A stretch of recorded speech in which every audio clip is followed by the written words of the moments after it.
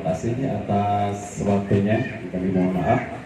Kami mungkin masih tetap berkutat di antara sekitar Muscap ya, karena yang jadi sorotan yaitu Muscap antara Karawang dan Kuningan, bukan Karawang Bekasi. Yang terhormat Ketua Dewan Pimpinan Wilayah, alhamdulillah Pak Sekril, juga yang kami banggakan para Ketua DPC dan sejarahnya se-Jawa Barat.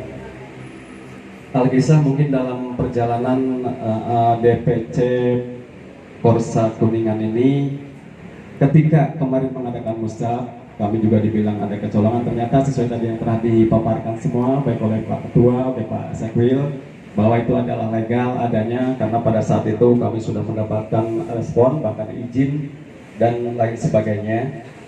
Namun sebelum dilanjutkan, mungkin Pak Sekwil, bahkan Pak Ketua, kalau Pak Ketua pada saya itu udah benar-benar bahwa Kuningan syah, dan sekarang instansi diucapkan juga oleh Pak Sekwil bahwa itu memang benar adanya sesuai dengan anggaran dasar dan anggaran rumah tangga Porsa nasional. Jadi kami tidak salah kalau sudah mengadakan itu, dan pada saat itu terpilihlah yaitu Ibu atau Bunda Teti Mariati SPDMM sebagai ketuanya, dan juga alhamdulillah saya sebagai sekretaris yaitu, dan Pak Jumri sebagai bendahara. Namun sampai saat ini mohon maaf karena belum tersusun ke bawahnya Pak untuk saksi-saksi dan lain sebagainya, dan kami pun di sini tidak serta-merta untuk segera meminta SK.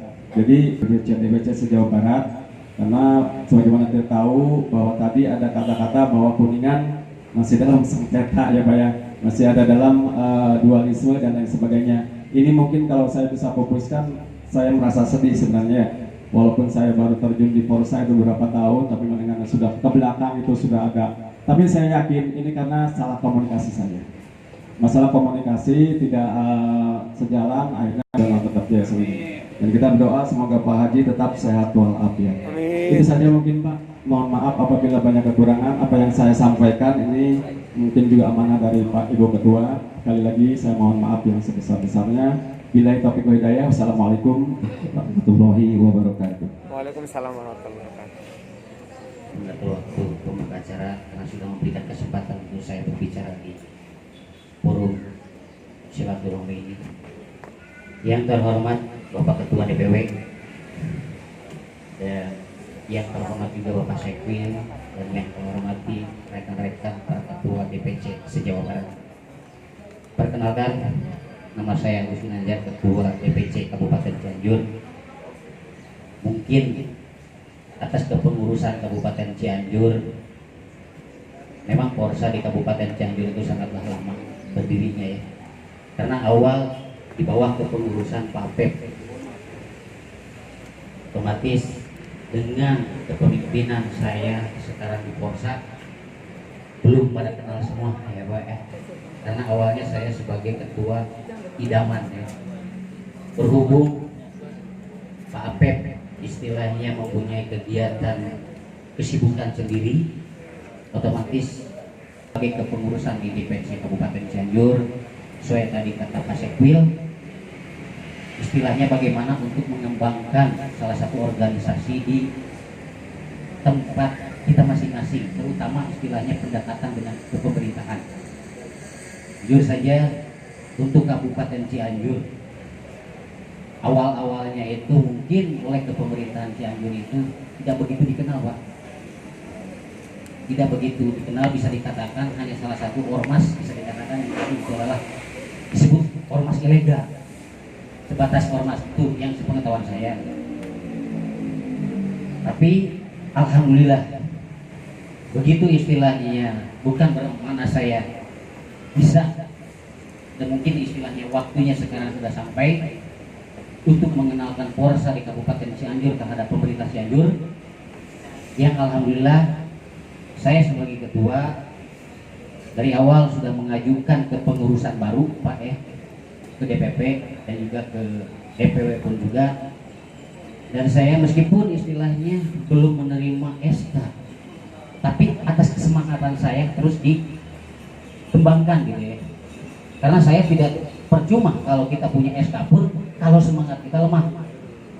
Jadi tetap itu saya ditanamkan dalam hal itu sesuai dengan amanah daripada Pak Ketum. Jadi saya akan jalankan sebaik mungkin untuk menjaga citra sebagai Porsa organisasi adalah organisasi menyatukan, tidak memilih siapapun orangnya dan dari mana kalangannya, itu Porsa.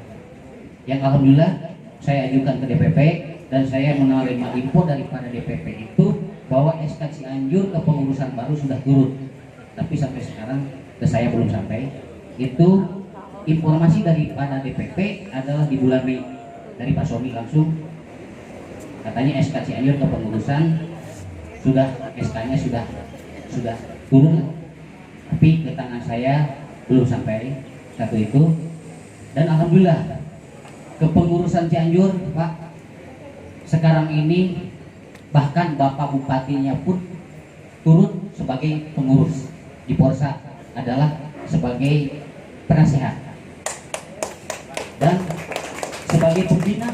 Dan saya membentuk dalam kepengurusan itu bukan secara tulis tonggong ya, tapi secara saya langsung datang ke Bupati menjelaskan tentang Porsa. Akhirnya dengan tanpa dia sadari dia pun menawarkan, oke, saya siap untuk membantu, siap dijadikan sebagai penasehat dan siap memakai baju Porsa. Nah, itu untuk Bapak Gubernur. Dan di situ pun juga saya koordinasi dengan Ketua DPRD Provinsi. Saya mendekati beliau yang alhamdulillah beliau pun juga sanggup menjadi pengurus sebagai penasehat di Porsa Kabupaten Cianjur adalah Pak Ade Barkah. Itu sebagai pengurus di Kabupaten Cianjur. Beliau sebagai anggota DPRD Provinsi ya, di Porsa beliau sebagai saya sampaikan satu mengenai SK. Saya mendapat info daripada DPP bahwa SK untuk Cianjur sudah turun tapi belum sampai ke saya. Dan poin yang kedua, yang pertama saya mengucapkan banyak terima kasih terhadap Bapak Ketua, dan mudah-mudahan saja Mel itu bisa membawa nama baik Porsa khususnya untuk Jawa Barat, umumnya untuk Porsa seluruh Indonesia.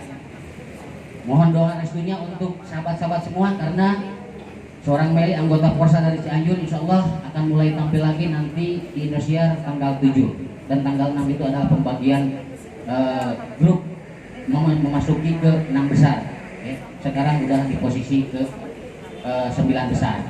Nah itu yang saya beribu-ribu terima kasih atas dukungan sahabat-sahabat Porsa khususnya untuk Porsa Jawa Barat, umumnya Porsa se-Indonesia. Dan poin yang ketiga mengenai KTA.